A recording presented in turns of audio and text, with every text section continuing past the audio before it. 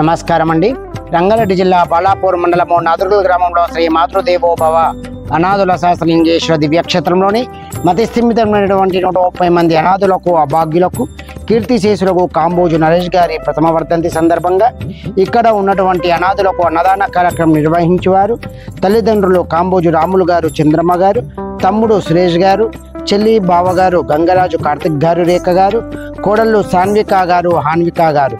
కావున వారి యొక్క కుటుంబ సభ్యులందరికీ కూడా ఆయురారోగ్య భోగభాగ్యాలతో పాటు శ్రీ సహస్రలింగేశ్వర దివ్యక్షేత్రం ఆశీస్సులు వారికి ఎల్లవేళలా ఉండాలని కోరుకుంటున్నాము.